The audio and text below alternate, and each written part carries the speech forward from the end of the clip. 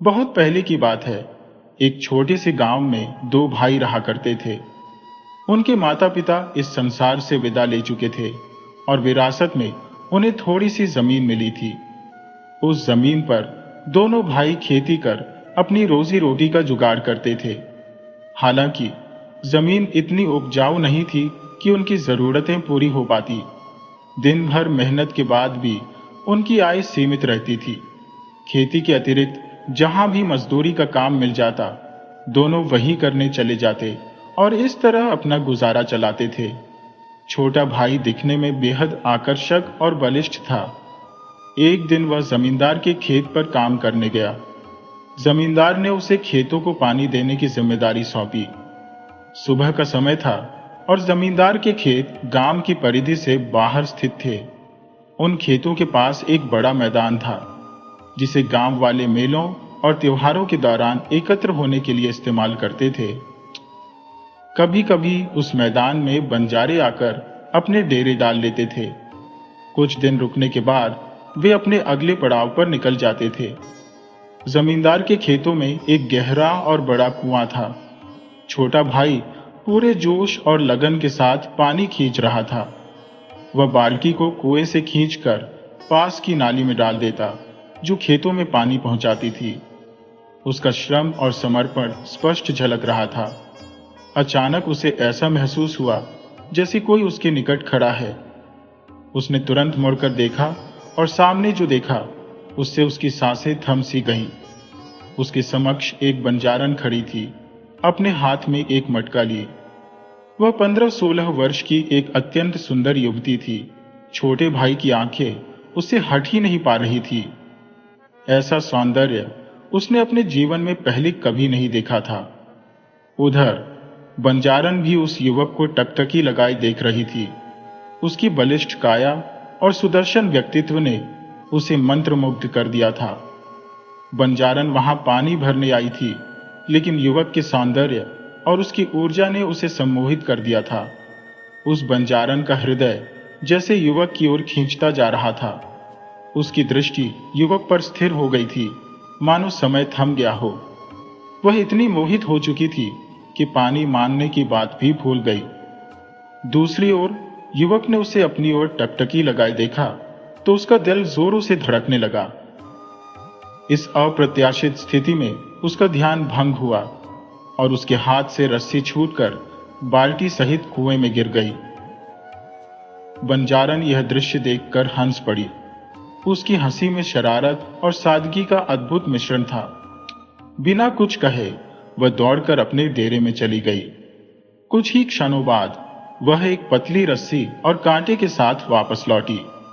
युवक अब तक खुद को संयत कर चुका था, लेकिन उसकी मुस्कान और उसकी आंखों की चमक उसके भावनाओं की गहराई को प्रकट कर रही थी। बंजारन ने कुशलता से कांटा कुएं में डाला और थोड़ी ही देर में बाल्टी को बाहर खींच लिया। उसकी यह चपलता और निपुणता युवक को और भी प्रभावित कर गई। बिना कोई शब्द कहे युवक ने उसका मटका पानी से भर दिया। उसकी आंखें जैसे अनकहे शब्दों से भरी थी। बंजारन ने पानी का घड़ा उठाया और वहां से चली गई, लेकिन दोनों के मनों में एक गहरा प्रभाव छोड़ गई। रात भर युवक बेचैन रहा। करवटें बदलते हुए उसका मन बंजारन की छवि में उलझा रहा। उसकी नींद जैसे कहीं खो गई थी। अगले दिन जैसे ही सूरज निकला, वह फिर से जमींदार के खेतों की ओर चल पड़ा। हालांकि उसकी आंखों में पहले जैसी चमक और शरीर में वह स्फूर्ति नहीं थी। कुएं पर पहुंचते ही उसने देखा कि बंजारन फिर वहां खड़ी थी। ऐसा लग रहा था जैसे वह उसका इंतजार कर रही हो। इस बार उनके बीच आंखों की भाषा ने ही सारी बातें कर दी। बंजारन उसे अपने डेरे के पास ले गई। वहां उसका पिता, एक लालची और स्वार्थी व्यक्ति, बैठा था। जब उसे पता चला कि युवक एक साधारण किसान है, तो उसने शादी के लिए मना कर दिया। बंजारन ने अपने पिता को समझाने का प्रयास किया, लेकिन वह अड़ा रहा। अंततः उसने युवक के सामने शर्त रखी कि यदि वह नवरात्रि की अष्टमी तक 500 चांदी के सिक्के कमा लाए, तो वह अपनी बेटी की शादी उससे कर देगा। युवक ने शर्त स्वीकार कर ली। बंजारन के पिता की यह शर्त सुनकर युवक को गहरी चिंता तो हुई, लेकिन अपने बल और संकल्प पर उसे पूरा भरोसा था। उसने तय किया कि वह जी जान लगाकर मेहनत करेगा और चांदी के सिक्के जुटाएगा। 3 दिन बाद बंजारन और उसके काफिले ने गांव छोड़ दिया। जाते समय बंजारन ने मुड़ मुड़ कर युवक की ओर देखा। उसकी आंखों में वियोग का दर्द साफ झलक रहा था। अब युवक के पास केवल 5 महीने का समय था। उसने ठान लिया कि इतनी बड़ी रकम वह केवल अपनी मेहनत और लगन से ही जुटाएगा। अगले दिन युवक ने अपनी समस्या लेकर जमींदार की हवेली का रुख किया।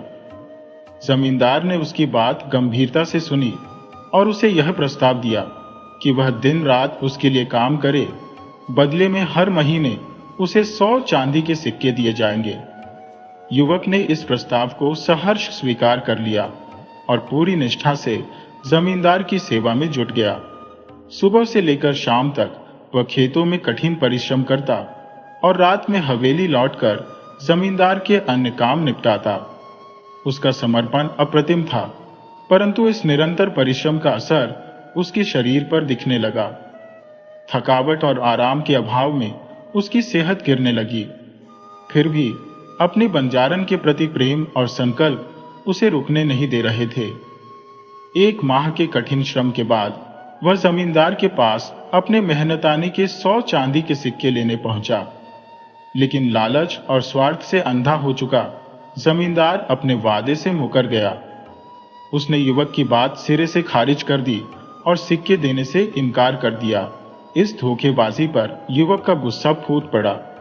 क्रोध और अपमान से भरकर उसने जमीन पर पड़ा एक पत्थर उठाया और जमींदार पर दे मारा। पत्थर जमींदार के सिर पर लगा और वह वहीं ढेर हो गया।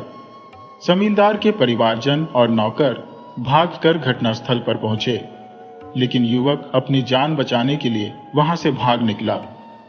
नौकरों ने उसका पीछा किया, लेकिन वह उनकी पकड़ में नहीं आया। भागते भागते युवक बहुत दूर बंगाल की एक अनजान प्रदेश में पहुंच गया। उसके लिए यह स्थान नया और अजनबी था। उसने सोचा कि यही परिश्रम कर 500 चांदी के सिक्के जुटाएगा और अपनी बंजारन को यहां लाकर बस जाएगा। लेकिन उसे काम ढूंढने में कठिनाइयों का सामना करना पड़ा। 3 दिनों तक वह भूखा प्यासा इधर उधर भटकता रहा, पर कोई रोजगार नहीं मिला। धीरे धीरे उसकी हालत बिगड़ने लगी, लेकिन उसके मन में बंजारन को पाने की आस अभी भी जीवित थी। चौथे दिन की सुबह युवक थकान और बेचैनी से भरा हुआ एक बगीचे में जाकर बैठ गया। उसकी सोच का दायरा केवल इस प्रश्न पर केंद्रित था कि वह 500 सिक्के कैसे कमाएगा और अपनी बंजारन को कैसे अपने साथ वापस लाएगा।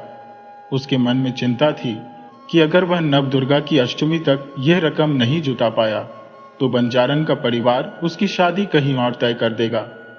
प्यार में डूबा युवक इन्हीं विचारों में खोया हुआ था कि अचानक उसकी तंद्रा टूट गई।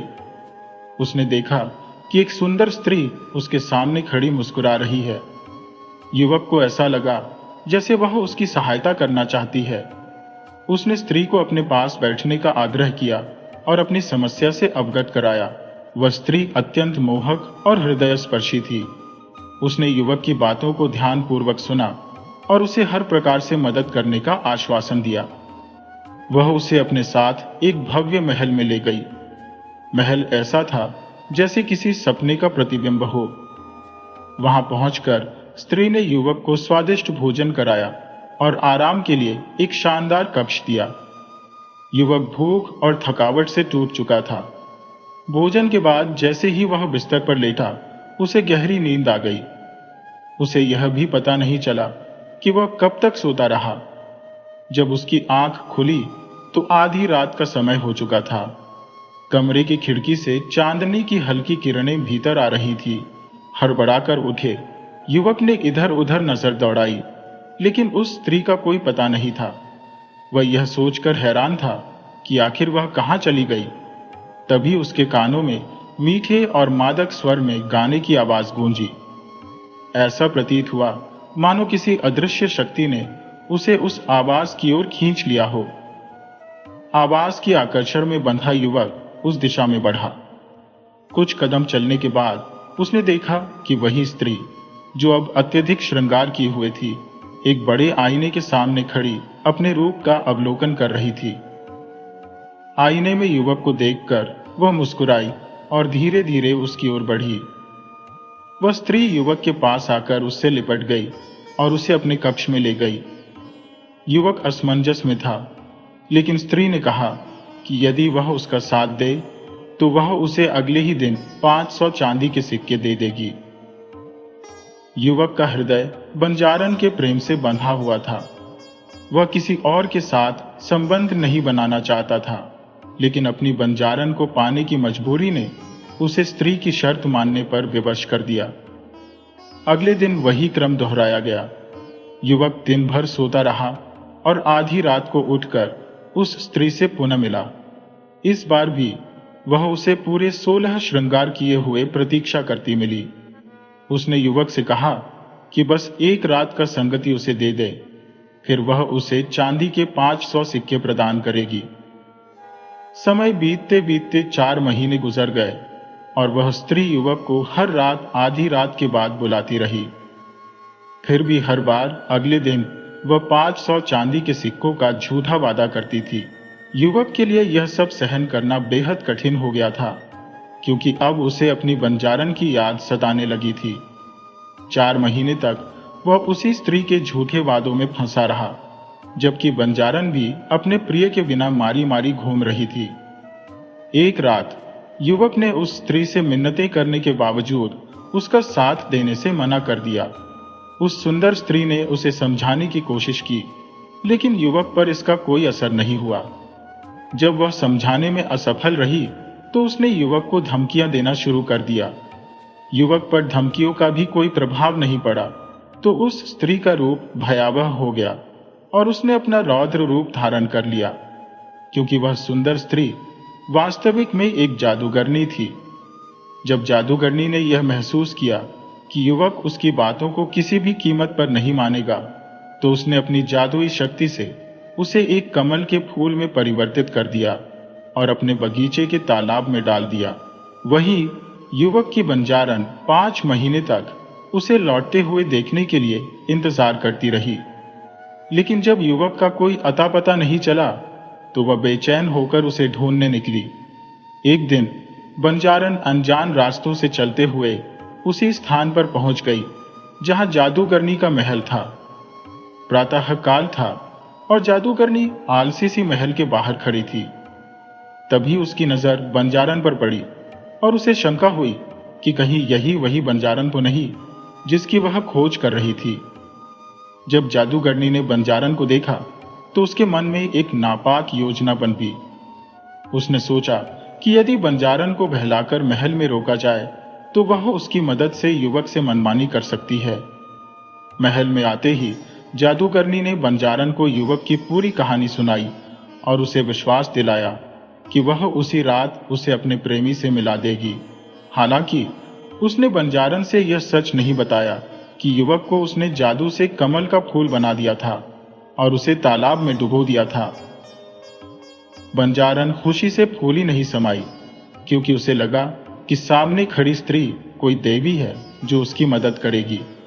वह न जानती थी कि वह एक छलपूर्ण जादूगरनी है। जादूगरनी ने बंजारन से दिन भर प्रेम से बातें की, युवक की बहुत प्रशंसा की और यह बताया कि वह युवक उसे कितना चाहता है, कितना बेचैन है और किस प्रकार वह 500 चांदी के सिक्के कमाने के लिए मेहनत कर रहा है। जादूगरनी ने जब यह देखा कि बंजारन पूरी तरह से उसकी जादुई चालों में फंस चुकी है, तो उसने उसे और अधिक अपनी ओर खींचने की योजना बनाई। वह बंजारन से कहने लगी, तुम उस युवक से प्रेम करती हो और मैं भी उसी से बहुत प्यार करती हूँ, लेकिन हमें यह सुनिश्चित करना होगा कि दोनों का प्रेम बराबरी से मिले। बंजारन ने इसे सहर्ष स्वीकार किया, क्योंकि वह भी उस युवक से अत्यधिक प्रेम करती थी। लेकिन जादूगरनी की बातें सुनकर वह मन ही मन चौंक गई। जादूगरनी ने अपनी बातों में अधिक मोह का समावेश करते हुए बंजारन से कहा कि वह अपना सब कुछ छोड़कर उस युवक के पास आई है और उसने अपना घर परिवार भी त्याग दिया है। वह बंजारन से कहती रही कि प्रेम का यह साझा अधिकार दोनों का है, लेकिन बंजारन ने अपनी संजीदगी और प्यार के प्रति निष्ठा के चलते किसी भी प्रकार के समझौते को स्वीकार करने से मना कर दिया। वह जानती थी कि सच्चे प्रेम को बांटना संभव नहीं है। जादूगरनी के सामने बंजारन का स्पष्ट विरोध आया और उसका गुस्सा बढ़ने लगा। जादूगरनी ने अपनी जादुई शक्तियों का प्रयोग करते हुए बंजारन को एक कीड़े में बदल दिया। बंजारन का मन बेहद उलझन में था, लेकिन अब तक देर हो चुकी थी।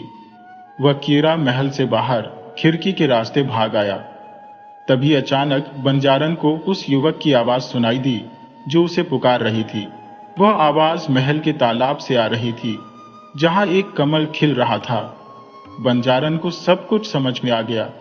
जादूगरनी ने युवक को कमल के रूप में बदल दिया था। तुरंत वह उस कमल की ओर दौड़ी और जैसे ही उसने उसे छुआ, वह कमल बंद हो गया। जादूगरनी का गुस्सा बढ़ गया, क्योंकि बंजारन ने उसे अपनी जादू की सीमा पार करने का मौका नहीं दिया। अब कमल में बंजारन समा गई और दोनों का प्यार एक अमर रूप में परिवर्तित हो गया। जादूगरनी ने उन्हें एक दूसरे से मिलाने की कोशिश की थी, लेकिन उन्होंने उसकी योजनाओं को विफल कर दिया। दोनों की आत्माएं एक दूसरे में समाहित हो गई और अंततः अमर हो गई, क्योंकि उनका प्यार सच्चा था।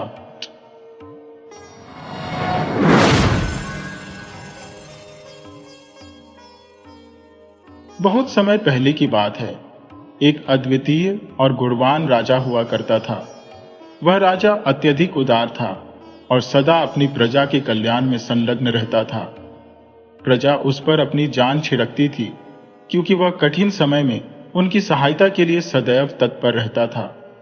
जब बाढ़ आती, अकाल पड़ता या राज्य में कोई महामारी फैलती, तो राजा बिना किसी हिचकिचाहट के अपने खजाने के द्वार खोल देता। ऐसे समय में वह न केवल प्रजा का लगान माफ कर देता, बल्कि अपनी ओर से अनाज, वस्त्र और अन्य आवश्यक सामग्री उपलब्ध कराता था। राजा के इन प्रयासों और ईश्वर की कृपा से राज्य में लंबे समय से कोई बड़ी विपत्ति नहीं आई थी। इसके फलस्वरूप राज्य की प्रगति दिन ब दिन बढ़ रही थी। राजा न केवल उदार था, बल्कि वह अत्यंत बुद्धिमान और ज्ञानवान भी था। वह साधु संतों की सेवा में समर्पित रहता था, उन्हें सम्मान देता था और उनकी सुख सुविधाओं का पूर्ण ध्यान रखता था। राज्य में एक विशाल जंगल था, जहां अनेक ऋषि मुनियों के आश्रम स्थित थे। ये मुनि और ऋषि न केवल राज परिवार के प्रति, बल्कि समूचे राज्य के प्रति वफादार और हितैषी थे। वे राज्य के राजकुमारों और अन्य बच्चों को शिक्षित करते थे, उन्हें योग्य और सक्षम बनाते थे। राजकुमारों ने भी अपनी शिक्षा इन्हीं ऋषियों के आश्रम में प्राप्त की थी। राजा का यह गुण कि वह न केवल प्रजा का संरक्षक था, बल्कि ज्ञान और धर्म का समर्थक भी था, राज्य को एक समृद्धि का उदाहरण बना गया। सभी ऋषि मुनि उस राजा से अत्यंत संतुष्ट रहते थे और वे निरंतर ईश्वर से प्रार्थना करते कि ऐसा सज्जन और प्रजा हितकारी राजा कभी किसी आपदा या संकट का सामना न करे। वे दुआ करते कि उनका राज्य सदैव उन्नति के पथ पर अग्रसर रहे। लेकिन उस उत्कृष्ट राजा के पड़ोसी राज्य का राजा इसके बिल्कुल विपरीत था। वह दुष्ट, छल कपट में निपुण और अत्याचारी प्रवृत्ति का था। अपनी प्रजा के प्रति उसका व्यवहार अमानवीय था। प्राकृतिक आपदाओं जैसे महामारी, अकाल या बाढ़ के दौरान सहायता प्रदान करना तो दूर, वह अपनी प्रजा से सख्ती से लगान वसूलता था। यदि कोई लगान देने में असमर्थ होता तो उसे निर्दयता से दंडित किया जाता, कभी कभी कोड़ों से पीटा भी जाता। उस राज्य में अपराधियों का बोलबाला था। चोरी और दुष्कर्म जैसी घटनाएं आम थी, क्योंकि राजा स्वयं ही दुष्ट था। ऐसे में प्रजा भला सुखी कैसे रहती? महिलाओं की इज्जत भी उस राज्य में सुरक्षित नहीं थी। चारों ओर अराजकता फैली हुई थी। साधु संतों और ऋषि मुनियों ने उस राज्य में जाना तक छोड़ दिया था। वहां के लोग राजा को बददुआएं देते और उसके राज्य में सभी प्रकार के दुर्गुण पनप रहे थे। दुष्ट राजा बीमार और परेशान रहता, लेकिन उसे अपनी समस्याओं की कोई चिंता नहीं थी। इसके विपरीत वह उस नेक राजा और उसकी खुशहाल प्रजा से ईर्ष्या करता था। उसने कई बार प्रयास किया कि किसी न किसी तरह उस राज्य और उसकी प्रजा को हानि पहुंचा सके। कभी वह अपने राज्य के अपराधियों को चोरी और डकैती करने के लिए भेजता, तो कभी अपने पशुओं को छोड़कर उनके खेतों की फसल नष्ट करवाता। परंतु वह नेक राजा अपनी सूझबूझ से हर बार उसकी चालों को विफल कर देता। पशुओं को वह पकड़कर जरूरतमंदों को दे देता और अपराधियों को बंदी गृह में डाल देता। दुष्ट राजा ने एक बार उस राज्य पर आक्रमण करने की योजना बनाई, लेकिन उसकी प्रजा और सैनिक उसके प्रति विश्वासहीन थे। वह यह समझ चुका था कि वह राज्य और वहां की प्रजा अपनी प्रजा हितैषी राजा के प्रति अत्यधिक वफादार है। इसीलिए वह आक्रमण करने का साहस कभी नहीं जुटा पाया। लेकिन वह निरंतर इस अवसर की तलाश में रहता कि कैसे उस समृद्ध राज्य को हड़पा जाए। इधर नेक राजा अब वृद्ध हो चुका था और राजकाज में कम रुचि लेता था। उसका पुत्र राजकुमार अब 20 वर्ष का हो गया था। वह अपने पिता की ही भांति परोपकारी और दयालु था। राजकुमार में नेतृत्व के सभी गुण थे और वह प्रजा का सच्चा संरक्षक बनने के लिए तैयार था। राजकुमार ने अपने राज्य के विद्वान ऋषि मुनियों से गहन अध्ययन किया और सभी आवश्यक कलाओं में निपुणता हासिल की। उसमें अपने पिता के सारे गुण समाहित थे, जो उसे एक योग्य और सक्षम राजा बनने के लिए तैयार करते थे। वृद्ध हो चुके राजा ने अपने पुत्र को राजकाज सौंपने का निर्णय लिया। उन्होंने अपने पुत्र को राज्याभिषेक करते हुए कहा, पुत्र, मैं अब वृद्ध और बीमार हो चुका हूं। राजकाज संभालना अब मेरे लिए कठिन है। यह दायित्व अब तुम्हें सौंपता हूं। राजा ने अपने बेटे को शासन की बारीकियों को समझाया, जिसे राजकुमार ने ध्यानपूर्वक ग्रहण किया। समय बीतता गया। एक दिन वृद्ध राजा की तबीयत अधिक बिगड़ने लगी। इस दौरान उन्होंने यह परखने का प्रयास किया कि उनका पुत्र शासन कार्य को कुशलतापूर्वक संभाल सकता है या नहीं। जब राजा को विश्वास हो गया कि उनका पुत्र प्रजाहित में सक्षम निर्णय ले रहा है, तब उन्होंने पूर्णतः निश्चिंत होकर राजकाज से विराम ले लिया। लेकिन राजा की बीमारी दिन प्रतिदिन गंभीर होती गई। उन्होंने नामी चिकित्सकों और वैद्यों से इलाज करवाया, परंतु स्वास्थ्य में कोई सुधार नहीं हुआ। अंततः एक दिन राजा का निधन हो गया। राजा के निधन के बाद राजकुमार को विधिवत राजा घोषित किया गया। वह प्रजा हितैषी, परोपकारी और विवेकशील शासक था। प्रजा ने भी उसे हृदय से स्वीकार किया, क्योंकि वे पहले ही उसके गुणों से परिचित थे। राजकुमार का राज्य उसी दक्षता से संचालित हो रहा था जैसे उनके पिता के समय में होता था। हालांकि नए राजा का अभी तक विवाह नहीं हुआ था। उनके पिता अच्छे राजा हमेशा यह सोचते थे कि जब राजकुमार की शिक्षा पूर्ण हो जाएगी, तब उनके लिए एक सुंदर, गुणवान राजकुमारी का चयन करेंगे। लेकिन नियति को कुछ और ही मंजूर था। वृद्ध राजा का स्वर्गवास होने से पहले यह इच्छा अधूरी रह गई। अब राजमाता अपने पुत्र के विवाह को लेकर चिंतित रहने लगी। एक दिन राजमाता ने अपने विश्वसनीय मंत्रियों और सलाहकारों को बुलाकर कहा, अब जब राजा साहब नहीं रहे, मुझे यह दायित्व निभाना है। मेरा पुत्र विवाह योग्य हो चुका है। आप सभी एक सुयोग्य कन्या का चयन करें, जो हमारे राज्य के योग्य हो। मंत्रियों और सलाहकारों ने इस कार्य को सहर्ष स्वीकार किया और एक उपयुक्त राजकुमारी की खोज में जुट गए। दूसरी ओर दुष्ट राजा को इस बात का समाचार मिला कि नए राजा के विवाह की तैयारी की जा रही है। दुष्ट राजा, जो सदैव षड्यंत्र रचने के अवसर की तलाश में रहता था, ने इसे एक अवसर के रूप में देखा। उसकी एक पुत्री थी और उसने योजना बनाई कि उसे विषकन्या बनाकर नए राजा के राज्य को बर्बाद किया जा सकता है। उसने यह निर्णय अत्यंत गोपनीय रखा। न तो अपनी रानी, न अपनी बेटी को इस षड्यंत्र की जानकारी दी। वह योजना बनाने में व्यस्त हो गया और अपने एक विश्वास पात्र गुप्तचर को भी इसमें सम्मिलित कर लिया। दुष्ट राजा ने अपने गुप्तचर को बुलाकर गुप्तचर विभाग के प्रधान के साथ एक विशेष योजना बनाई। यह प्रधान एक अत्यंत वृद्ध व्यक्ति था, जो नगर से दूर एक सुनसान जंगल में खंडहर के नीचे बने गुप्त तहखाने में रहता था। इस खंडहर और उसके तहखाने की जानकारी बहुत ही सीमित लोगों को थी। केवल दुष्ट राजा और उसके चुनिंदा विश्वास पात्र ही इसके बारे में जानते थे। खंडहर के आसपास डर का माहौल बना हुआ था, क्योंकि यह अफवाह फैलाई गई थी कि वहां भूत प्रेत और दुष्ट आत्माओं का वास है। लोग कहते थे कि जो कोई भी वहां गया वह कभी लौट कर नहीं आया। इसी भय के कारण राज्य का कोई भी व्यक्ति उस खंडहर के पास जाने की हिम्मत नहीं करता था, चाहे दिन हो या रात। दुष्ट राजा उस गुप्त तहखाने में पहुंचकर वृद्ध गुप्तचर प्रधान से मिला। उसने अपनी योजना को विस्तार पूर्वक समझाते हुए बताया कि वह अपनी बेटी को विषकन्या बनाने का इरादा रखता है। उसने कहा कि नया राजा अत्यंत दयालु और क्षमाशील है। वह पहले अपनी गलतियों के लिए क्षमा मांगेगा और फिर अपनी पुत्री का विवाह प्रस्ताव रखेगा। चूंकि राजकुमार दयावान और उसकी बेटी रूपवान है, वह इस प्रस्ताव को स्वीकार कर लेगा। दुष्ट राजा की योजना थी कि विषकन्या के माध्यम से नया राजा अगली सुबह देख न पाए और फिर वह उस राज्य पर अपना अधिकार कर लेगा। इस षड्यंत्र को सुनकर वृद्ध प्रधान ने राजा को समझाने का प्रयास किया।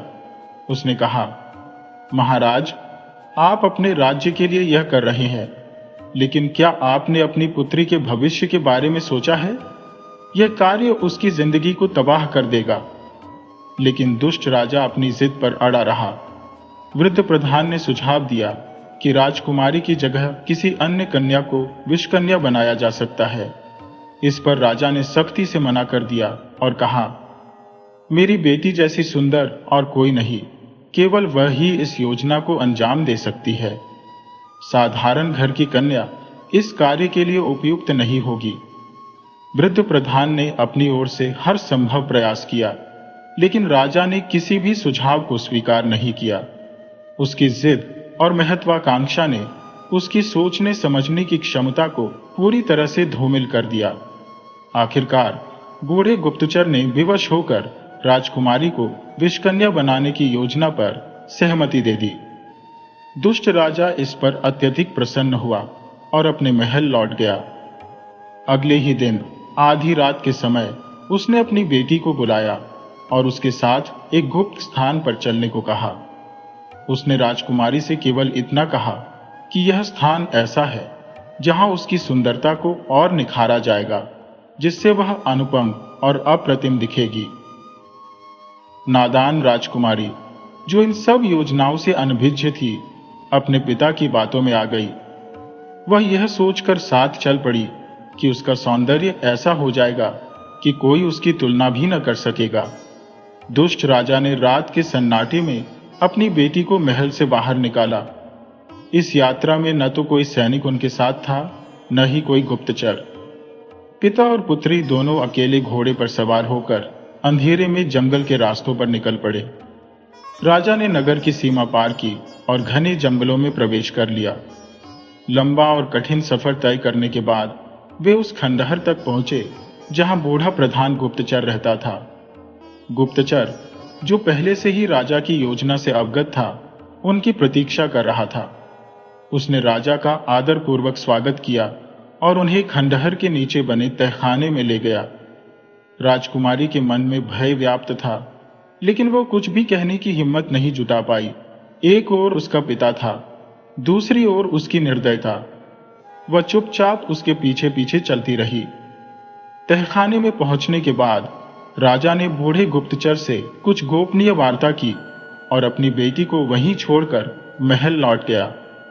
गुप्तचर ने राजकुमारी के साथ अत्यंत सहज और वात्सल्यपूर्ण व्यवहार किया, मानो वह उसकी अपनी ही बेटी हो। उसने उसे थोड़ा बहुत भोजन दिया और एक विशेष कक्ष में आराम करने के लिए भेज दिया। अगले दिन से उसे विषकन्या बनाने की प्रक्रिया आरंभ हुई। प्रारंभ में उसे साधारण प्रकार के विष दिए गए जो धीरे धीरे उसकी सहन शक्ति बढ़ाने के लिए थे। कुछ दिनों के भीतर उसे और तीव्र प्रभाव वाले विष दिए जाने लगे। शुरुआत में यह प्रक्रिया राजकुमारी के लिए असहनीय थी। विष लेने के बाद उसके शरीर में तीव्र जलन होती, सिर मानो फटने को होता और उल्टियां भी होती, लेकिन धीरे धीरे उसका शरीर इस विष को सहने का अभ्यस्त हो गया। यह प्रक्रिया लगभग 8 महीनों तक चली। इस दौरान विष लेना उसकी आदत बन गया। यदि उसे विष समय पर न दिया जाता तो वह बेचैन और विचलित हो जाती।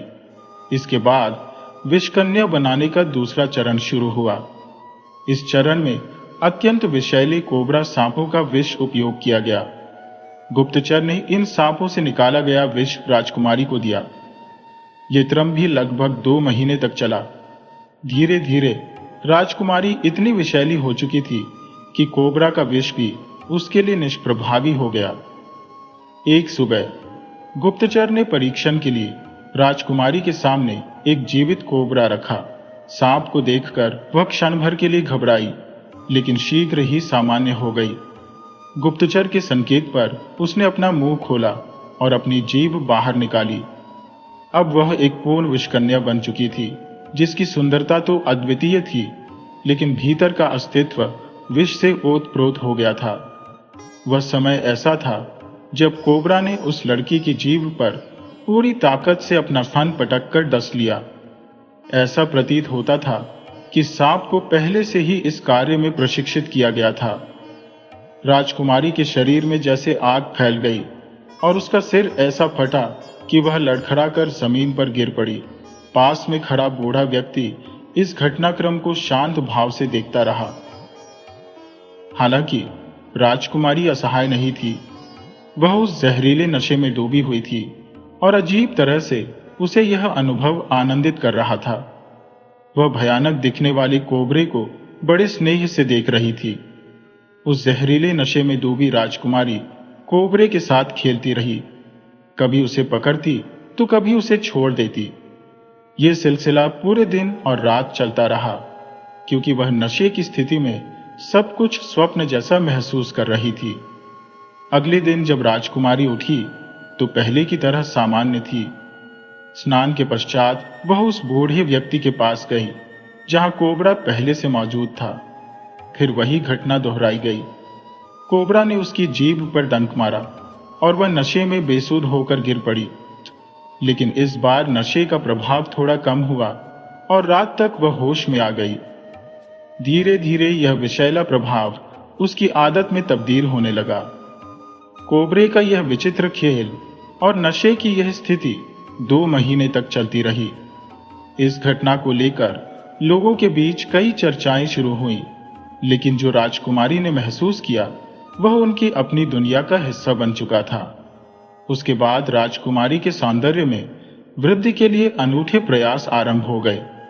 उसे अप्रतिम और मोहक बनाने हेतु दुर्लभ जड़ी बूटियों के साथ साथ मानव रक्त और गद्दी के दूध का प्रबंध किया गया। प्रतिदिन राजकुमारी के शरीर पर पहले इन जड़ी बूटियों का लेप किया जाता, फिर उसे मानव रक्त से स्नान कराया जाता और अंत में गद्दी के दूध से उसका अंतिम शुद्धिकरण किया जाता। इस प्रक्रिया के पश्चात उसे कोबरे से डंक दिलवाकर अचेतन अवस्था में सुला दिया जाता। अब कोबरे के विष का उसकी देह पर कोई विशेष प्रभाव नहीं पड़ता था। वह 2 घंटे के भीतर कोहरे की स्थिति से उबर जाती और पुनः सामान्य हो जाती।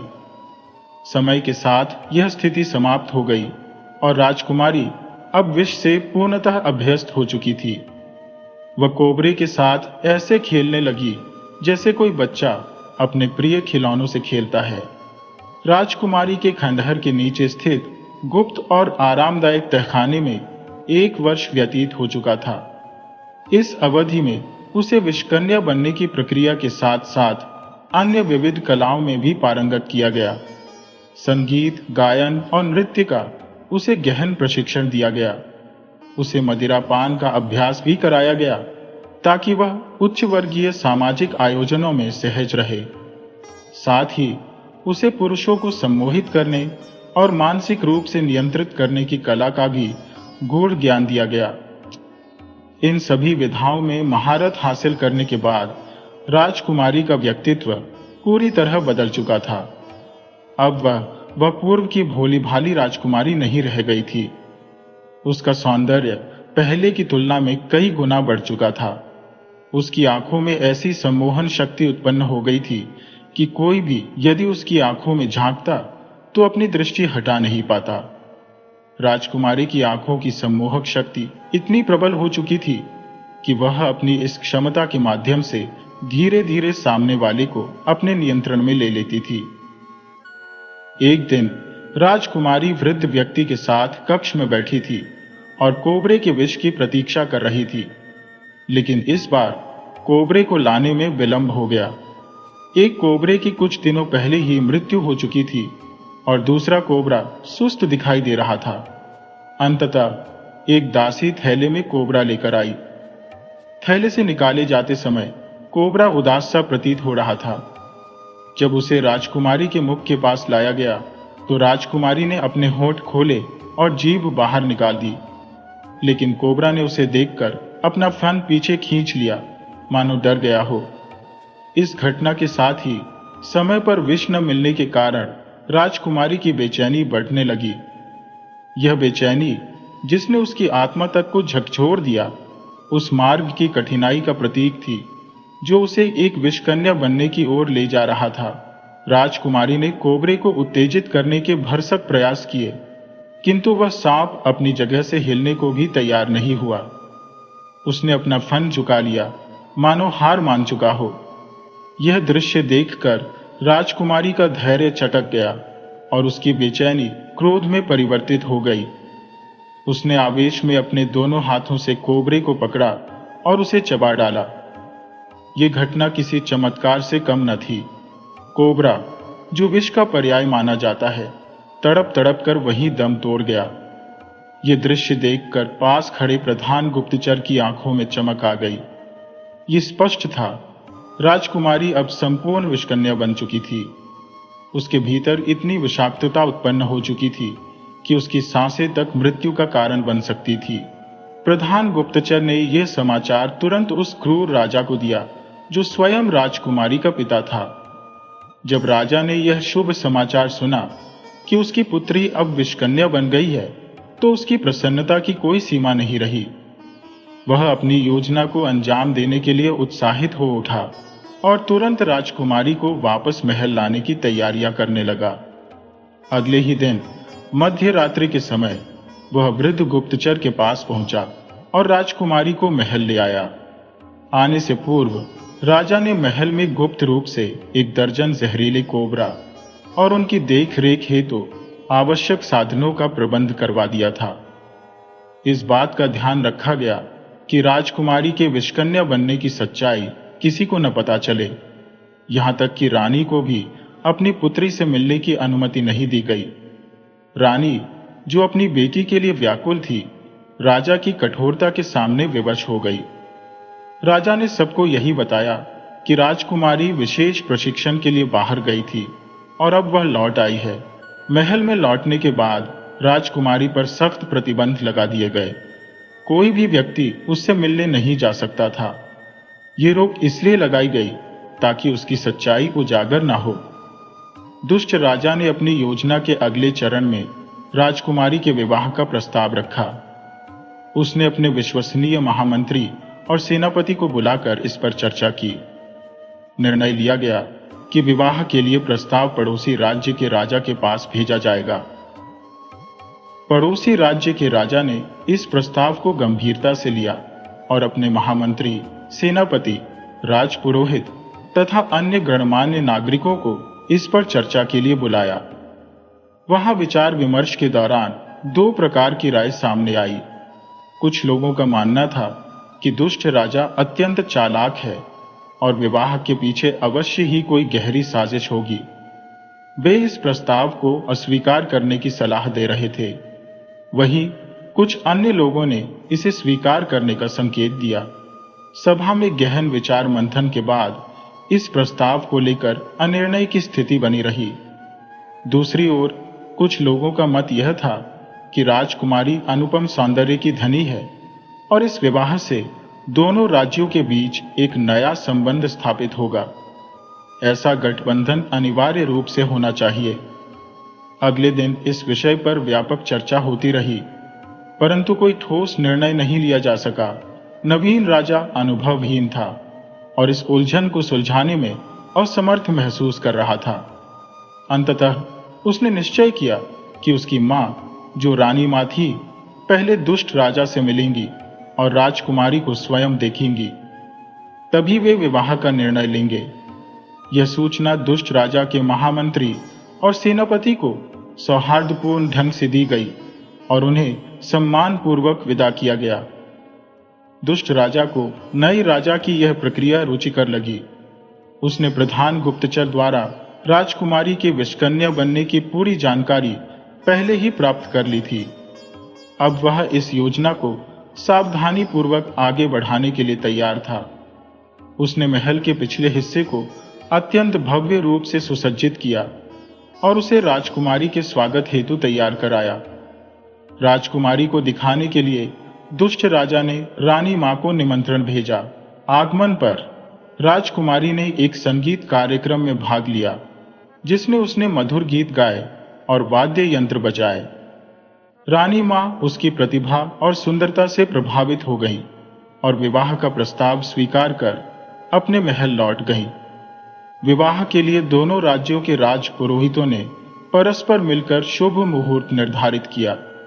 विवाह की तिथि निश्चित होने पर पूरे राज्य में उल्लास का माहौल छा गया। दुष्ट राजा ने अपने महल को दीपों से सुसज्जित करवाया। विवाह के दिन महल और उसके आसपास के भवनों को इस प्रकार सजाया गया कि मानो स्वर्ग धरती पर उतर आया हो। नियत समय पर नवीन राजा की बारात धूमधाम से रवाना हुई। इस बारात में उनके कुलगुरु भी सम्मिलित हुए, जो अद्वितीय दिव्य शक्तियों के स्वामी थे। उनके साथ उनका पालतू भेड़िया भी था, जो हर समय उनके साथ रहता था। बारात का नेतृत्व नवीन राजा कर रहा था, जो घोड़ी पर सवार था। उसके पीछे गुलाबी पगड़ी धारण किए सजी धजी बारात चल रही थी। दुष्ट राजा ने बारात का बड़े उत्साह और प्रसन्नता के साथ स्वागत किया। इस क्षण उसकी वर्षों पुरानी योजना पूरी होने के करीब थी। बारात के स्वागत के लिए राजकुमारी के महल के बगीचे में भव्य आयोजन किया गया, जिसमें हर एक व्यवस्था अत्यंत सटीकता और सौंदर्य के साथ की गई थी। एक अत्यंत भव्य मंडप में बारात का स्वागत बड़े हर्षोल्लास के साथ हुआ। नए राजा को एक ऊंचे मंच पर सम्मान पूर्वक बैठाया गया। उसी समय राजकुमारी वरमाला लिए धीमे कदमों से राजा की ओर बढ़ रही थी। मंच पर राजा के साथ उनके कुलगुरु और उनका वफादार भेड़िया खड़ा था। भेड़िया तीव्र दृष्टि से राजकुमारी का निरीक्षण कर रहा था। राजकुमारी की आंखें नीची थी, लेकिन कुलगुरु की छठी इंद्रिय ने खतरे का आभास किया। तभी राजकुमारी ने सिर उठाकर सामने देखा। उसकी दृष्टि राजा से पहले कुलगुरु से जा मिली। कुलगुरु ने तत्काल स्थिति का भांप लिया। उनके शांत चेहरे पर कुछ क्षण के लिए गंभीरता की छाया आ गई। जैसे ही राजकुमारी ने राजा के निकट आकर वरमाला पहनाने का प्रयास किया, कुलगुरु ने संकेत किया। उनका भेड़िया एक झटके में अपनी जगह से उछला और सीधे राजकुमारी पर झपट पड़ा। अचानक हुए इस हमले से राजकुमारी लड़खड़ा गई, लेकिन शीघ्र ही संभल कर उसने भेड़िए का सामना किया। उसने भेड़िए का सिर पकड़ा और उसे अपने विषैले दांतों से काट लिया। भेड़िया वहीं तड़प कर मर गया। घटना से स्तब्ध लोग यह देख ही रहे थे कि राजकुमारी ने अपने क्रोध से कुलगुरु पर दृष्टि डाली। वह उनकी ओर लपकी, लेकिन कुलगुरु ने मंत्रोच्चार किया और एक पल में राजकुमारी एक सुंदर फूलों से सजे पौधे में बदल गई। दुष्ट राजा और उसके साथियों ने यह चमत्कार देखा तो वे आक्रोश में कुलगुरु पर टूट पड़े, लेकिन कुलगुरु की दिव्य शक्तियों के आगे उनका हर प्रयास व्यर्थ था। कुलगुरु ने अपने मंत्र बल से उन्हीं कांटेदार वृक्षों और झाड़ियों में परिवर्तित कर दिया। नए राजा ने कुलगुरु को नमन किया और उनके परामर्श से दुष्ट राजा के राज्य को अपने साम्राज्य में मिला लिया। कुलगुरु के कारण न केवल राज्य बल्कि राजा की प्रतिष्ठा भी सुरक्षित रही। तभी से यह मान्यता है कि कंदल के वृक्ष, जिनके हर अंग विषैले होते हैं, दुष्टता और छल कपट का प्रतीक है। दोस्तों, कंदल के पेड़ से बचें, क्योंकि उसकी छाया भी आपके जीवन के लिए हानिकारक हो सकती है।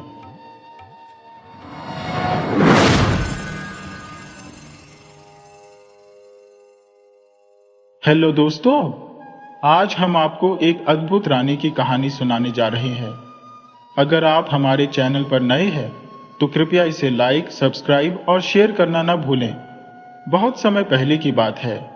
एक विशाल और समृद्ध नगर था जिसका नाम पुरुस्थल था। इस नगर के राजा का नाम प्रबोध प्रताप सिंह था। राजा प्रबोध प्रताप ने एक साधारण परिवार की कन्या सुखमती से विवाह किया था। रानी सुखमती का जन्म एक ऐसे परिवार में हुआ था जो कबीलों में रहता था और नृत्य गायन के माध्यम से अपना जीवनयापन करता था।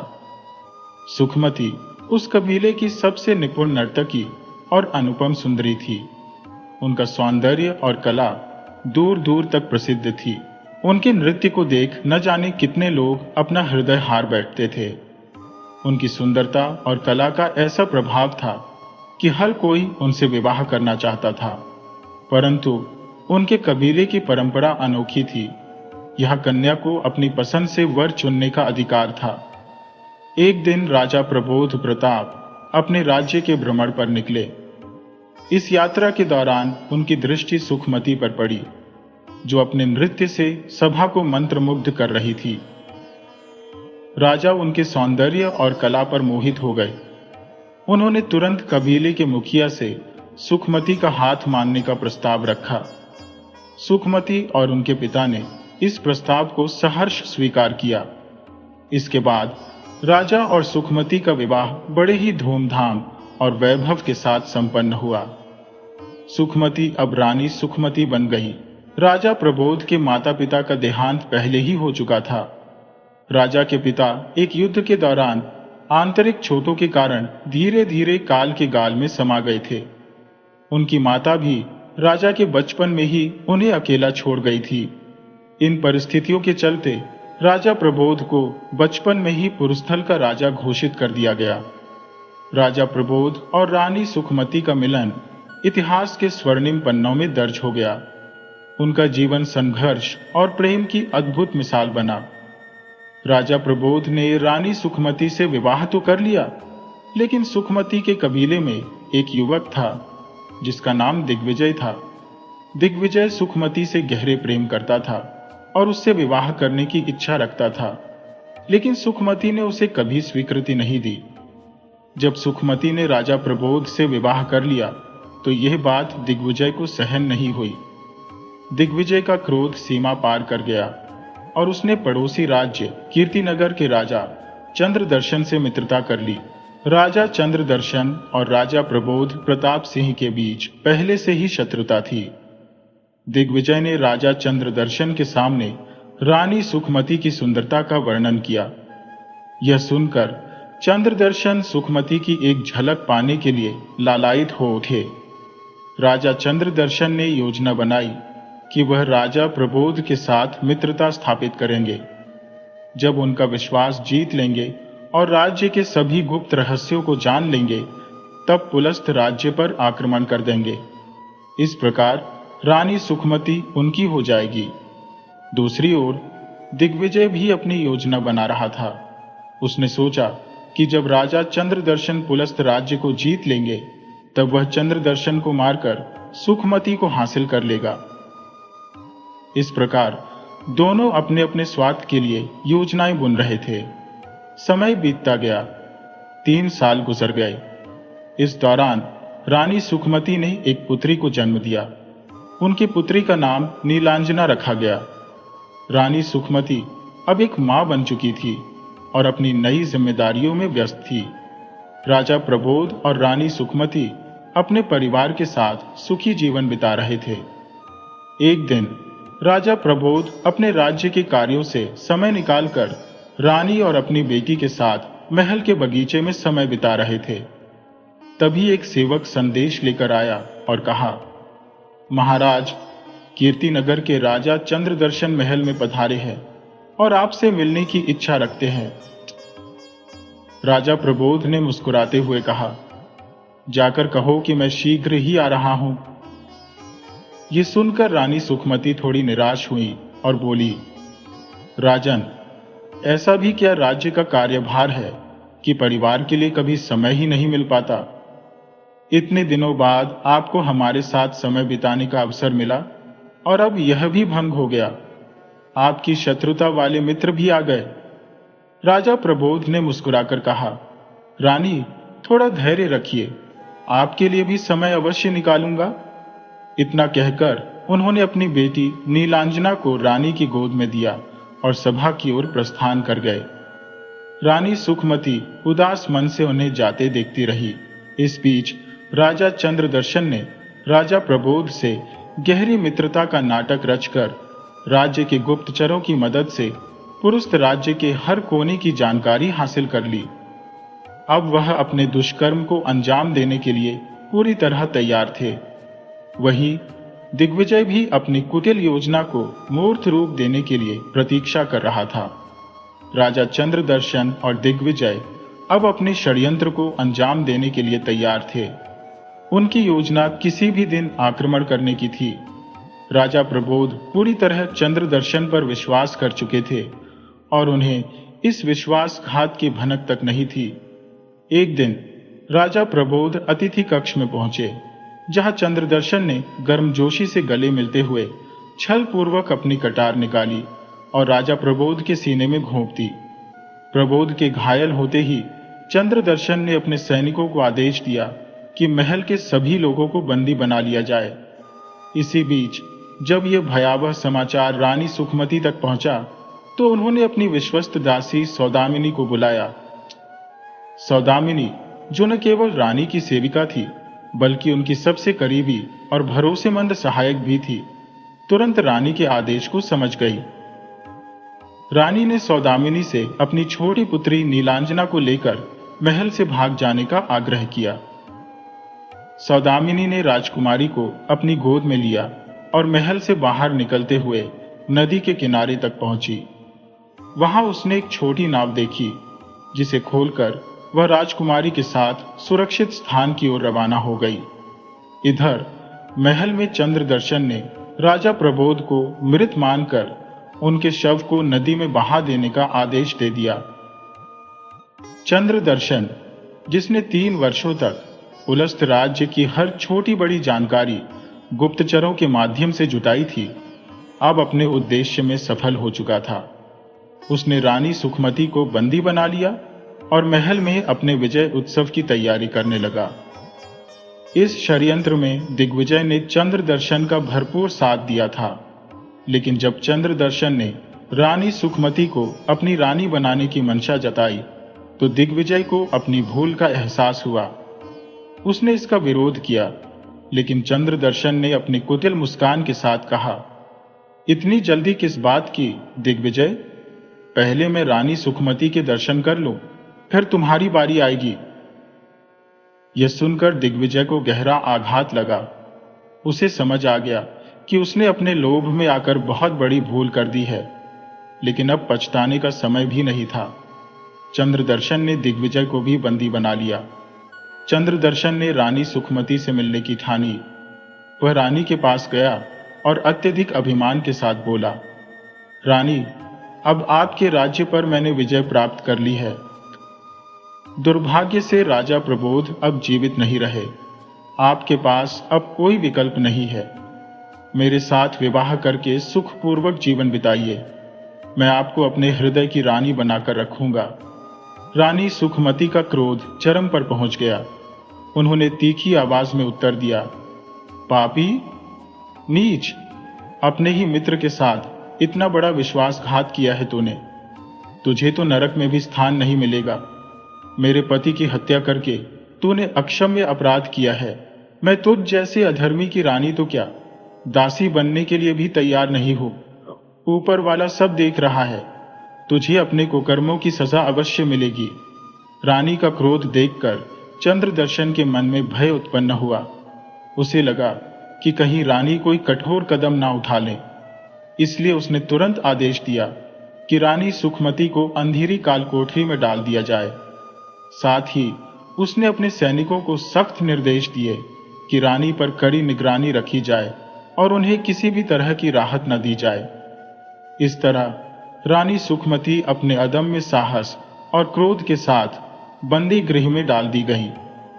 लेकिन उनकी आंखों में अभी भी न्याय और प्रतिशोध की चिंगारी स्पष्ट दिखाई दे रही थी। चंद्रदर्शन ने सैनिकों को सख्त आदेश दिए थे कि रानी सुखमती पर कड़ी निगरानी रखी जाए। उन्हें किसी से मिलने जुलने की अनुमति नहीं थी। दूसरी ओर दिग्विजय अब अपने कृत्य पर गहरा पछतावा कर रहा था।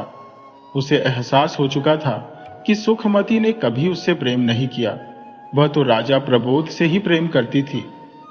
दिग्विजय ने जब यह सच्चाई समझी कि सुखमती ने राजा से विवाह स्वेच्छा से किया था, तो उसका हृदय ग्लानि और अपराध बोध से भर गया। वह सोचने लगा कि उसने अपने स्वार्थ के कारण कितना बड़ा अपराध कर दिया है। उसे यह भी चिंता थी कि सुखमती के साथ अब क्या होगा और उसकी बेटी नीलांजना कहाँ होगी। दिग्विजय को यह समझ आ गया कि उसे अपनी गलती सुधारनी होगी और सुखमती से क्षमा मांगनी होगी। पछतावे से भरा दिग्विजय एक योजना बनाने लगा। उसने सोचा कि किसी भी तरह वह रानी सुखमती से मिलेगा और उनकी सहायता करेगा। एक दिन चंद्रदर्शन दिग्विजय से कारागार में मिलने आए। दिग्विजय ने अपनी योजना के अनुसार चंद्रदर्शन से कहा, राजन, मुझसे बहुत बड़ी भूल हो गई है। मैं आपका अपराधी हूं, परंतु मैं आपके प्रति सच्ची निष्ठा रखता हूं। मैंने कभी आपके साथ विश्वासघात नहीं किया। रानी सुखमती की पुत्री अभी जीवित है और यह पता नहीं कि वह कहाँ है। यदि आप चाहें तो मुझे रानी सुखमती से बात करने दें। वह मुझ पर विश्वास करती है और मैं उनसे यह जानकारी प्राप्त कर सकता हूं। मैं उन्हें इस बात का यकीन दिला दूंगा कि मैं अभी भी उनका मित्र हूं और उन्होंने मुझ पर भरोसा कर लिया तो वह सब कुछ बता देंगी। इस तरह हमें उनकी पुत्री मिल जाएगी। और योजना के अनुसार अगले दिन दिग्विजय रानी सुखमती से मिलने कारागार पहुंचा। वहां का दृश्य अत्यंत मार्मिक था। रानी के हाथ और पैरों में भारी हथकड़ियां थी। उनके बाल बिखरे हुए थे और उनका चेहरा दुख व थकावट से म्लान हो चुका था। उनकी आंखें रात दिन रोने के कारण लाल हो गई थी। शरीर पर न कोई आभूषण था और न ही रानी जैसा कोई ठाट बाट। दिग्विजय ने रानी को इस अवस्था में देखा तो उसकी आत्मा हिल गई।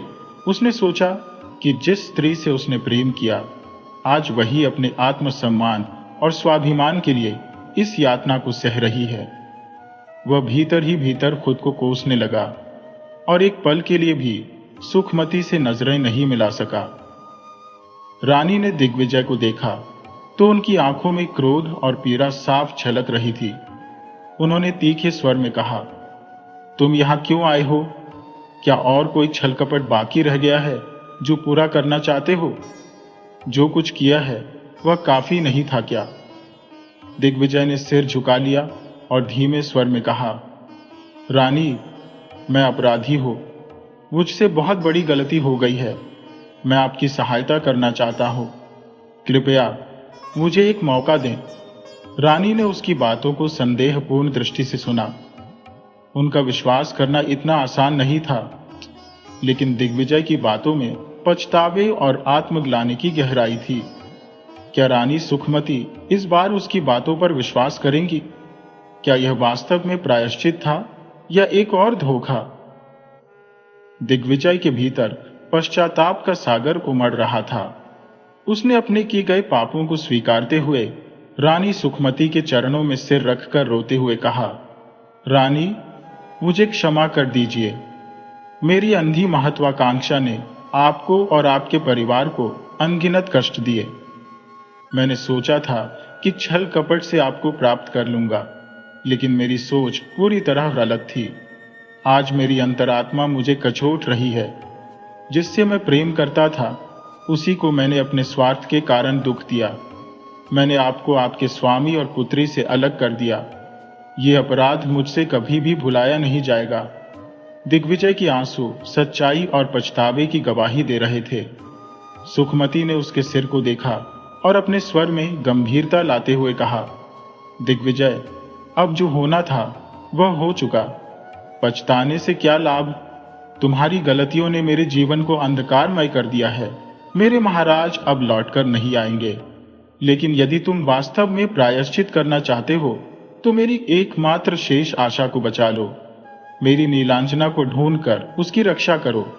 मैंने उसे अपनी दासी सौदामिनी के हाथों में सौंप दिया था। यदि तुम यह कर सके तो मैं तुम्हें हृदय से क्षमा कर दूंगी। दिग्विजय ने आंखों में दृढ़ता भरकर कहा, रानी, यह मेरा वचन है। मैं राजकुमारी नीलांजना को खोज निकालूंगा और आपकी सहायता करूंगा। मैं अपने प्रायश्चित को पूर्ण करूंगा, लेकिन मुझे आपकी भी सहायता चाहिए। चंद्रदर्शन को धोखा देने के लिए आपको थोड़ी योजना में मेरा साथ देना होगा। सुखमती ने एक पल के लिए सोचा और फिर गंभीर स्वर में पूछा, दिग्विजय, क्या इस बार भी कोई छल कपट तो नहीं है? दिग्विजय ने हाथ जोड़कर कहा, नहीं रानी, मैं सच्चे हृदय से आपकी सहायता करना चाहता हूं। यह मेरा वचन है। सुखमती ने उसकी बातों पर विश्वास करते हुए योजना में अपनी सहमति दे दी। दिग्विजय ने अपनी योजना का हर बिंदु रानी को समझाया और वादा किया कि वह पूरी निष्ठा से इसे अंजाम देगा। इसके बाद दिग्विजय राजा चंद्रदर्शन के पास गया। उसने अपने चेहरे पर आत्मविश्वास का मुखौटा लगाते हुए कहा, महाराज, मुझे राजकुमारी नीलांजना का पता चल गया है। चंद्रदर्शन ने उत्सुकता से पूछा, तुम्हें कैसे पता चला और वह कहाँ है? दिग्विजय ने गहरी सांस लेते हुए कहा, महाराज, मैं यह सूचना आपको तभी दूंगा जब आप रानी सुखमती को कारागार से मुक्त कर देंगे। चंद्रदर्शन के चेहरे पर क्रोध और संदेह उभर आया। उन्होंने कड़े स्वर में कहा, क्यों? रानी सुखमती का नीलांजना से क्या संबंध, और तुम ऐसा शर्त लगाने की हिम्मत कैसे कर सकते हो? दिग्विजय ने शांत स्वर में उत्तर दिया, महाराज, रानी सुखमती अपनी पुत्री के विषय में सब कुछ जानती है। यदि वह मुक्त होंगी तो उनकी सहायता से हम नीलांजना तक आसानी से पहुंच सकते हैं, अन्यथा यह जानकारी अधूरी रह जाएगी। सोचिए, राजकुमारी का मिलना आपके लिए कितना महत्वपूर्ण है। यदि वह आपके हाथ आ गई तो आप रानी सुखमती को अपने पक्ष में करने के लिए उनका उपयोग कर सकते हैं। चंद्रदर्शन ने गहरी सोच में पड़ते हुए कहा, ठीक है, मैं तुम्हारी बात मानता हूं, लेकिन यदि यह तुम्हारी कोई चाल हुई तो अंजाम बहुत बुरा होगा। रानी सुखमती को मुक्त किया जाएगा, लेकिन केवल मेरी शर्तों पर। दिग्विजय ने सिर झुकाकर सहमति जताई और मन ही मन अपने अगले कदम के लिए तैयार हो गया। अब देखना यह था कि यह योजना कैसे आकार लेती है और दिग्विजय अपने प्रायश्चित में कितना सफल होता है। दिग्विजय की बात सुनकर रानी सुकीर्ति पूरी तरह स्तब्ध थी। उनका दिल टूट चुका था, क्योंकि राजा चंद्रदर्शन, जिन पर उन्होंने हमेशा विश्वास किया था, वही उनके साथ इतना बड़ा विश्वासघात करने वाले थे। लेकिन अपने पुत्र सूर्यदर्शन और अपने अधिकारों की रक्षा के लिए उन्होंने दिग्विजय की योजना में साथ देने का निश्चय कर लिया।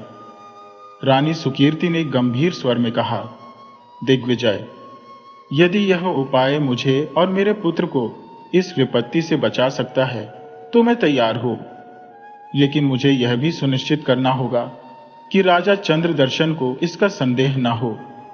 मैं कारागार जाकर सुखमती को योजना के बारे में बता दूंगी। दिग्विजय ने सिर झुकाकर कहा, महारानी, आप चिंता न करें, मैं पूरी निष्ठा से आपके साथ हूं। रानी सुखमती को इस योजना की जानकारी देकर हम पूरी सावधानी से इसे सफल बनाएंगे। रानी सुकीर्ति ने तुरंत अपनी दासियों को आदेश दिया कि आधी रात को जब महल शांत हो जाए तो उन्हें कारागार जाने का रास्ता दिखाया जाए। साथ ही उन्होंने राजा चंद्रदर्शन के भोजन में अचेत करने वाली बूटी मिलाने की तैयारी भी शुरू कर दी। जब रात घनी हो गई और महल के सारे लोग सोने चले गए, रानी सुकीर्ति चुपचाप कारागार पहुंची। वहां उन्होंने रानी सुखमती को अपनी योजना बताई। सुखमती, जो अब तक दिग्विजय के पश्चाताप को परख चुकी थी, इस योजना के लिए तैयार हो गई। सुखमती ने रानी सुकीर्ति से कहा, मैं यह जानती हूं कि आप अपने पुत्र के लिए यह सब कर रही है। मैं आपके निर्णय का सम्मान करती हूं। बस यह सुनिश्चित करें कि मेरी पुत्री नीलांजना सुरक्षित हो। मैं आपके साथ चलने के लिए तैयार हूं। रानी सुकीर्ति ने आश्वासन देते हुए कहा, रानी सुखमती, मैं केवल अपनी स्थिति नहीं बल्कि आपकी सुरक्षा का भी ख्याल रखूंगी। दिग्विजय तुम्हें यहां से सुरक्षित बाहर ले जाएगा। बस हमें इस योजना को सावधानी से अंजाम देना होगा। फिर रानी सुकीर्ति वापस अपने कक्ष में लौट आई और राजा चंद्रदर्शन के भोजन में अचेतकारी बूटी मिला दी। भोजन के बाद राजा धीरे धीरे गहरी नींद में चले गए। आधी रात के बाद दिग्विजय ने अपने साथ कुछ विश्वास पात्र सैनिकों को लिया और कारागार पहुंचा। रानी सुकीर्ति ने पहले से ही रानी सुखमती को तैयार कर दिया था। दिग्विजय ने चुपचाप रानी सुखमती को कारागार से बाहर निकाला और उन्हें एक गुप्त मार्ग से महल से दूर ले गया। अब दिग्विजय की अगली चुनौती थी रानी सुखमती को सुरक्षित स्थान पर पहुंचाना और राजकुमारी नीलांजना को ढूंढना। वहीं रानी सुकीर्ति महल में रानी सुखमती के अचानक गायब होने का बहाना बनाने के लिए सुबह का इंतजार कर रही थी। सुबह होते ही राजा चंद्रदर्शन जागे, लेकिन उन्हें जैसे ही सुखमती के गायब होने का पता चला, उनका क्रोध आसमान छूने लगा। उन्होंने तुरंत रानी सुकीर्ति और महल के सभी सेवकों से कठोरता से पूछताछ शुरू की। रानी सुकीर्ति को अब अपनी बुद्धिमत्ता से राजा को संतुष्ट करना था, ताकि उन पर कोई संदेह न हो। दिग्विजय अब अपनी यात्रा पर निकल चुका था, जहां उसे न केवल सुखमती को सुरक्षित स्थान पर पहुंचाना था, बल्कि अपने पापों का प्रायश्चित करते हुए नीलांजना को ढूंढकर मां बेटी को मिलाने का वचन भी निभाना था। रानी सुकीर्ति ने जब रानी सुखमती से मुलाकात की, तो उनकी हालत देखकर उनका हृदय द्रवित हो उठा। रानी सुकीर्ति ने सुखमती के हाथ पैरों से बेड़ियां और हथकड़ियां खुलवाई। रानी सुखमती ने विनम्र स्वर में पूछा, आप कौन हैं जो मेरे पास इतने अपनत्व के साथ आई है? रानी सुकीर्ति ने कहा, मैं राजा चंद्रदर्शन की पत्नी रानी सुकीर्ति हूं। मैंने तुम्हारी दुर्दशा के बारे में सुना तो रहा नहीं गया। मैं जानती हूं कि राजा ने तुम्हारे राज्य पर छल से अधिकार किया और अब वे तुमसे विवाह करना चाहते हैं। मैंने यह सब होते देखा, लेकिन मैं अपने पुत्र और अपने स्वाभिमान के कारण चुप रही। आज मैं यहां तुम्हारी सहायता के लिए आई हूं। रानी सुखमती ने कातर दृष्टि से रानी सुकीर्ति को देखा और बोली, रानी, मैं जानती हूं कि मेरे भाग्य में दुख ही दुख लिखा है, लेकिन यदि आप मेरी कोई सहायता कर सकती है तो मेरी एकमात्र इच्छा मेरी पुत्री नीलांजना से मिलने की है। मुझे बस इतना बता दीजिए कि वह सुरक्षित है। रानी सुकीर्ति ने सुखमती के हाथों को थामते हुए कहा, सुखमती, तुम्हारे लिए मेरी सहानुभूति सच्ची है। दिग्विजय ने मुझे एक योजना बताई है, जिससे न केवल तुम यहां से मुक्त हो सकोगी, बल्कि तुम्हारी पुत्री का भी पता लगाया जा सकेगा। मैं तुम्हें वचन देती हूं कि इस योजना को सफल बनाकर तुम्हें तुम्हारे दुखों से मुक्त करूंगी।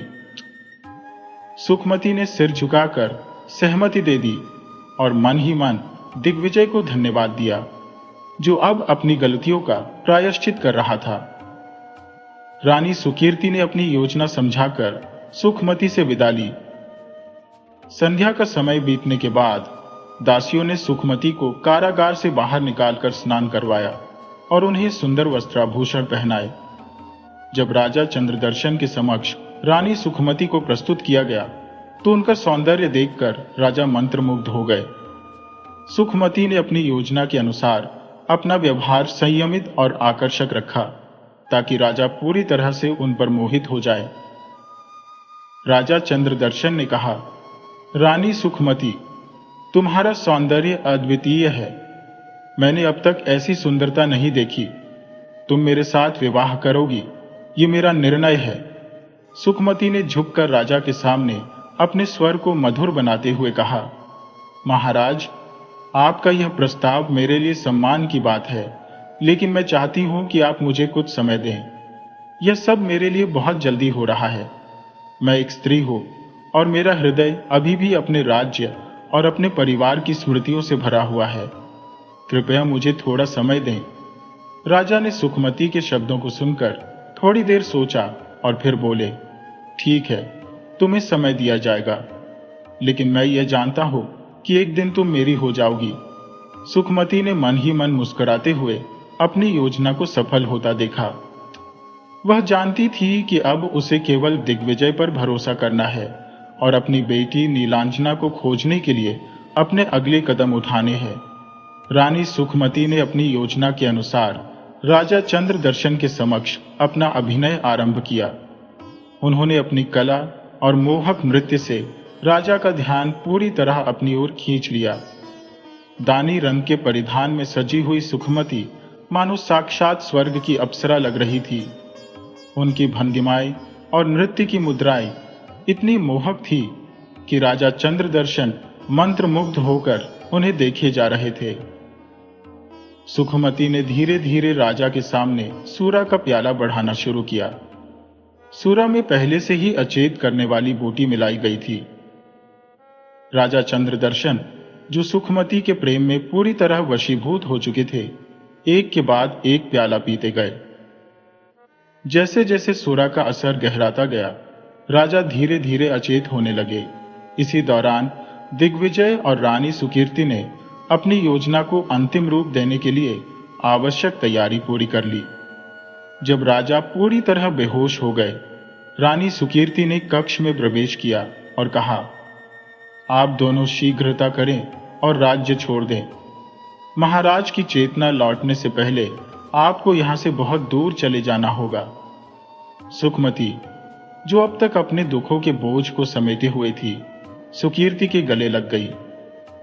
उसकी आंखों से आंसू छलक पड़े और वह बोली, आपने जो मेरे लिए किया है वह मैं जीवन भर नहीं भूलूंगी। आप न होती तो शायद मैं इस कारागार से कभी मुक्त न हो पाती। रानी सुकीर्ति ने भी भावुक होकर कहा, बहन, यह मत कहो। मैंने यह केवल तुम्हारे लिए नहीं, बल्कि अपने और अपने पुत्र सूर्यदर्शनशील के भविष्य के लिए भी किया है। तुम्हारे मुक्त होने से ही मैं अपने परिवार को सुरक्षित रख सकूंगी। इसमें मेरी भी भलाई छिपी है। दोनों रानियों की आंखें भर आई। दिग्विजय और सुखमती ने साधारण वस्त्र धारण किए और रानी सुकीर्ति को नम आंखों से विदा कह दी। वे दोनों अब राजकुमारी नीलांजना की खोज में निकल पड़े। इसी बीच दूसरी ओर नदी के किनारे कुछ मछुआरों को राजा प्रबोध का अचेत शरीर मिला। जब मछुआरों ने उनकी हालत देखी तो पाया कि उनकी नाड़ी अभी भी चल रही थी। उनमें से एक मछुआरा बोला, मैं इन्हें अपनी झोपड़ी में ले जाता हूं, शायद कुछ उपचार करने से ये ठीक हो जाए। अन्य मछुआरों ने सहमति जताई। मछुआरा राजा को अपनी झोपड़ी में ले गया, जहां उसकी पत्नी और उसका 5 वर्षीय बेटा रहते थे। पत्नी ने जब अपने पति को राजा को लाते देखा तो बोली, यह किसे लेकर आए हो? ये कौन है? मछुआरे ने कहा, यह व्यक्ति नदी के किनारे अचेत अवस्था में मिला। इसके पास कोई नहीं था। शायद यह हमारे थोड़ी मदद से ठीक हो जाए। ऊपर वाला सब देख रहा है। उसने हमारे भाग्य में जो लिखा है वही होगा। अगर हमने इस व्यक्ति की मदद कर दी तो यह जीवन भर हमारा ऋणी रहेगा। पत्नी ने सहमति जताई और राजा प्रबोध के लिए तत्काल व्यवस्था की गई। अब उनकी स्थिति इस बात पर निर्भर थी कि मछुआरा और उसका परिवार उनका कितना ध्यान रख पाएगा। दूसरी ओर दिग्विजय और सुखमती अपनी पुत्री नीलांजना की खोज में जुट गए थे, जो उन्हें उनके अगले संघर्ष के लिए तैयार कर रहा था। मछुआरा शंखनाद और उसकी पत्नी सिंकी राजा प्रबोध की सेवा में पूरी तत्परता से लगे हुए थे। सिंकी ने अपने क्रोध और झुंझलाहट को भुलाकर तुरंत जड़ी बूटियां तैयार की। उसने कुछ जड़ी बूटियां पीसकर घाव पर लगाने के लिए बनाई और कुछ माथे और तलवों पर मलने के लिए। शंखनाद राजा के तलवों में जड़ी बूटी मलने लगा, जब किसी की घाव पर मलहम लगाने में जुट गई। शंखनाद ने मन ही मन मुस्कुराते हुए सोचा कि भले ही उसकी पत्नी निर्धनता के कारण चिरचिरी रहती है, लेकिन उसका दिल बुरा नहीं है। उनके 5 वर्षीय बेटे कैलाश ने भी उत्सुकता से देखा कि कैसे उसके माता पिता इस अजनबी की देखभाल कर रहे थे। दिन से रात हो गई, लेकिन राजा प्रबोध ने आंखें नहीं खोली। उनकी हृदय गति चल रही थी, जो उनके जीवित होने का प्रमाण थी। अगली सुबह जब सूरज की पहली किरण झोपड़ी में आई, राजा ने धीरे धीरे आंखें खोल दी। उनके जागने की आहट सुनते ही शंखनाद ने उत्साहित होकर पूछा, महाराज, आप अब कैसा महसूस कर रहे हैं? आप हमारी झोपड़ी में हैं। नदी के किनारे आपको अचेत अवस्था में पाया था, इसलिए मैं आपको यहां ले आया। राजा प्रबोध ने धीरे से कहा, तुम्हारा नाम क्या है मित्र? शंखनाद ने जवाब दिया, मेरा नाम शंखनाद है। यह मेरी पत्नी सिंकी और मेरा बेटा कैलाश है। हम निर्धन मछुआरे हैं, लेकिन आपकी मदद करना हमारा कर्तव्य है। राजा ने गंभीर स्वर में कहा, मित्र, मैं पुलस्त देश का राजा हूं। एक समय मेरा पड़ोसी राजा मेरा घनिष्ठ मित्र था, लेकिन उसने मेरे साथ विश्वासघात किया। उसने मेरी रानी सुखमती और पुत्री नीलांजना को मुझसे छीन लिया। अब पता नहीं वे कहां हैं। इस विश्वासघात ने मुझे तोड़ दिया है। शंखनाद ने राजा का ढांढस बंधाते हुए कहा, महाराज, यह समय धैर्य रखने का है। पहले आप पूरी तरह स्वस्थ हो जाइए, फिर आगे की योजना पर विचार करेंगे। ईश्वर ने आपकी जान बचाई है, इसका मतलब है कि आपके लिए कोई उद्देश्य अभी शेष है। राजा प्रबोध ने उनकी बातों से सांत्वना पाते हुए कहा, मित्र, संकट की इस घड़ी में तुम्हारे प्रेम और सहारे ने मुझे जीने की शक्ति दी है। तुम्हारा यह उपकार मैं कभी नहीं भूलूंगा। राजा ने मछुआरे को गले लगाते हुए धन्यवाद दिया। शंखनाद ने विनम्रता से कहा, महाराज, मैं तो केवल अपना कर्तव्य निभा रहा हूं। यदि आपको किसी चीज की आवश्यकता हो तो बेझिझक बताइए। दूसरी ओर दिग्विजय और सुखमती अपनी यात्रा पर थे। दोनों उसी मार्ग पर चल रहे थे जिससे सुखमती कभी अपनी पुत्री नीलांजना को लेकर भागी थी।